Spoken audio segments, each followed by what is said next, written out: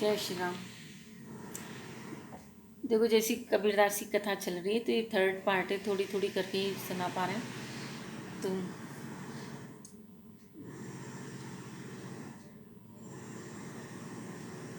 राधे राधे श्री शिवाय नमस्तुभ्यम। जब कबीर जी को ब्राह्मणों का यह छल मालूम हुआ तो वो बड़े चिंतित हुआ और सब साधुओं के सामने लज्जित होने के डर से कहीं छिपे रहे। किंतु भगवान को तो अपने भक्त का ध्यान हर समय रहता है। जब उन्होंने यह लीला देखी तो भक्त की लाज रखने के लिए तुरंत ही कबीर जी का रूप धारण कर उनके घर पहुंचे और भंडारे की पूरी तैयारी करके सब साधुओं को खूब भोजन कराकर तृप्त किया। ऐसा भंडारा किया कि वैसा उस समय तक किसी ने भी नहीं किया था। जो जो साधु आए उनको दंडवत प्रणाम करते गए तथा रहने को स्थान बताते गए। जब सब इस प्रकार से उनको संतुष्ट कर निवृत्त हुए तो साधु मंडली में बैठकर अनेक प्रकार से भगवान की चर्चा करने लगे। इस प्रकार बहुत दिन बीत जाने पर एक दिन भगवान ब्राह्मण का रूप धारण कर कबीर जी के पास पहुँचे और भंडारे का सारा हाल उनसे कह सुनाया। जैसे सुनकर कबीर जी प्रसन्न होते हुए अपने घर चले आए।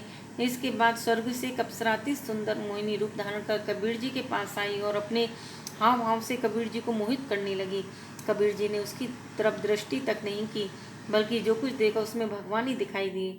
तब तो अप्सरा भी लज्जित होकर चली गई। भगवान ने जब कबीर जी की ऐसी दृढ़ भक्ति देखी तो बड़ी प्रसन्न हुए और साक्षात चतुर्भुज रूप धारण करके उनको दर्शन दिए और अपना कर कमल उनके शरीर पर पीड़ते हुए बोले, हे भक्त, मैं तेरी भक्ति को देखकर बड़ा प्रसन्न हूँ। तू सदैव मेरे परम धाम को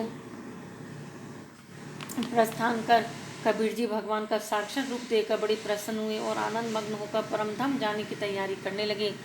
तदंतर जाने की पूर्व संसार का मोह मिटाने के लिए एक विचित्र चरित्र और किया। सारा संसार इस बात को जानता है कि काशी जी के पास मगध देश में प्राण त्याग करने से गधे की योनि मिलती है, किंतु कबीर जी ने मगध देश में ही जाकर प्राण त्याग किया और संसार को यह दिखा दिया जो मनुष्य कर्माधीन है केवल वही मगध देश में प्राण त्यागने से गधे योनि में जाते हैं। जो नारायण के एकांत भक्त हैं वह किसी भी देश में किसी भी जगह किसी भी समय प्राण त्याग क्यों ना करें, सीधे वैकुंठ धाम को ही जाते हैं। मरने से पूर्व कबीर जी ने अपने हिंदू शिष्यों से लाश का अग्नि संस्कार तथा मुसलमान शिष्यों से दफन करने के लिए कह दिया था। इस पर हिंदू और मुसलमानों में वाद विवाद हुआ। इसी बीच किसी ने लाश पर से चादर हटा दी। सबको यह देखकर बड़ा ही विस्मय हुआ कि उस लाश की जगह केवल एक फूल था।